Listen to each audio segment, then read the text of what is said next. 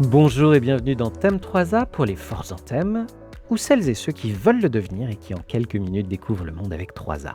Car sentir et ressentir le monde c'est bien, mais le réfléchir, le connaître et l'influencer avec altruisme c'est mieux. A comme asymétrie, A comme autonomie, A comme accountability ou redevabilité. Aujourd'hui, plongeons au cœur d'une question qui mobilise tout le monde de l'humanitaire, la localisation.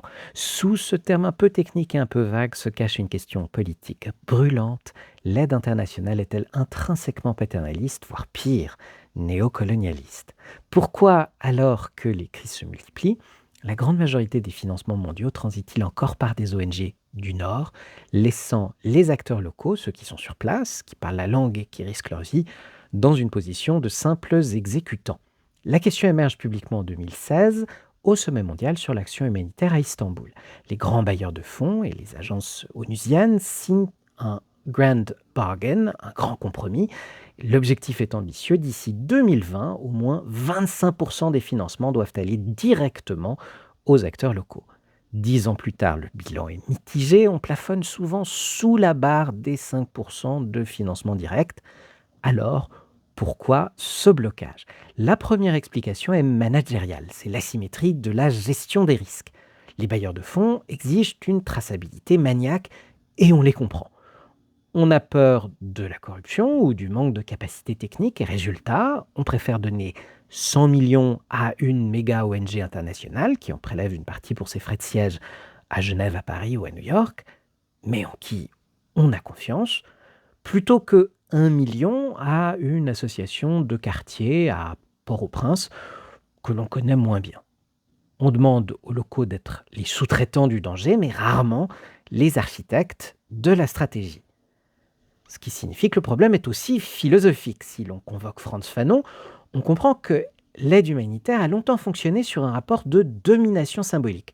Le sauveur extérieur face à la victime locale. Et c'est souvent la tentation. Ignorer les intelligences locales pour proposer, voire imposer sa solution et donc son pouvoir.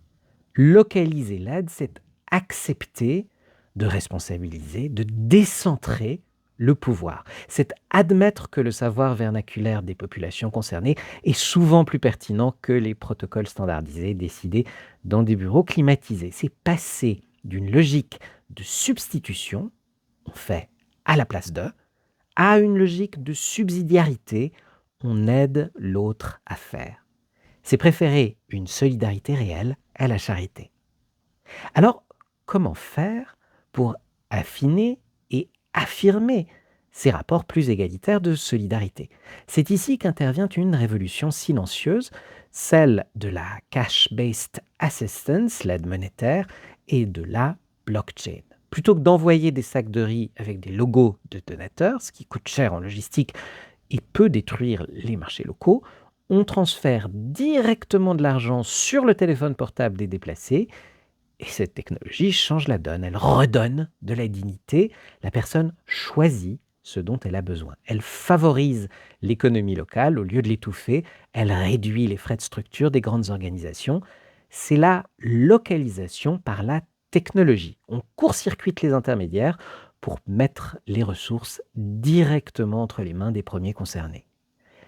Attention toutefois, si l'on localise tout, ne risque-t-on pas de perdre l'impartialité nécessaire à toute action humanitaire équitable et durable? Dans une guerre civile, une association locale peut-elle rester neutre si ses membres appartiennent à l'une des communautés en lutte? C'est le grand défi éthique. Comment rester au plus près du terrain sans devenir l'instrument d'une faction? La localisation n'est pas une démission du Nord, c'est une métamorphose de son rôle, un dilemme que nous avons à régler ou auquel nous devons réfléchir entre universalité et proximité. Car n'oublions pas que l'étranger apporte une extranéité salvatrice. Il n'a pas de lien de parenté ou d'allégeance locale, ce qui lui permet de s'imposer comme un espace neutre où tout le monde peut être soigné ou aidé. Car sinon, l'aide peut rapidement devenir un outil de clientélisme, une aide à une féodalité locale. De plus, Les grandes crises, séismes majeurs, famines massives, exigent une logistique que peu de structures locales possèdent. Avions cargo, chaînes de froid complexes pour les vaccins, experts en génie civil. L'international doit donc rester le garant des principes neutralité, accès universel et l'expert urgentiste facilement déployable, tandis que le local apporte l'efficacité et la légitimité. C'est ce qu'on appelle la complémentarité critique. Ne tombons pas dans le piège de l'alibi moral. Aider l'autre, ce n'est pas seulement lui donner un chèque et s'en aller. C'est construire ensemble un système où la proximité du local et l'indépendance de l'international se protègent mutuellement. Conclusion, devenons inutiles à moyen terme. Pour toi, futur cadre de l'humanitaire, la localisation transforme ta mission. Tu ne seras peut-être plus un héros de l'urgence, mais l'ingénieur de la capacité. Ton succès ne se mesurera pas au volume de riz distribué, mais paradoxalement, à ton propre effacement. Comme le suggérait le penseur Ivan Illich, la véritable aide est celle qui rend l'autre autonome. Localiser, c'est accepter que le jour où l'acteur local n'a plus besoin de nous, c'est là que nous avons enfin réussi. La vraie question n'est plus combien de vies avons-nous sauvées, combien de poissons avons-nous donné, mais quel pouvoir avons-nous rendu ou à combien de personnes avons-nous appris à pêcher. Merci d'avoir assisté à ce nouvel épisode. Assure-toi de revenir pour notre épisode suivant. Et si ça t'a fait réfléchir ou réagir, commente-le, abonne-toi et partage ce podcast avec tes amis. Passe une très agréable semaine et à bientôt avec 3A.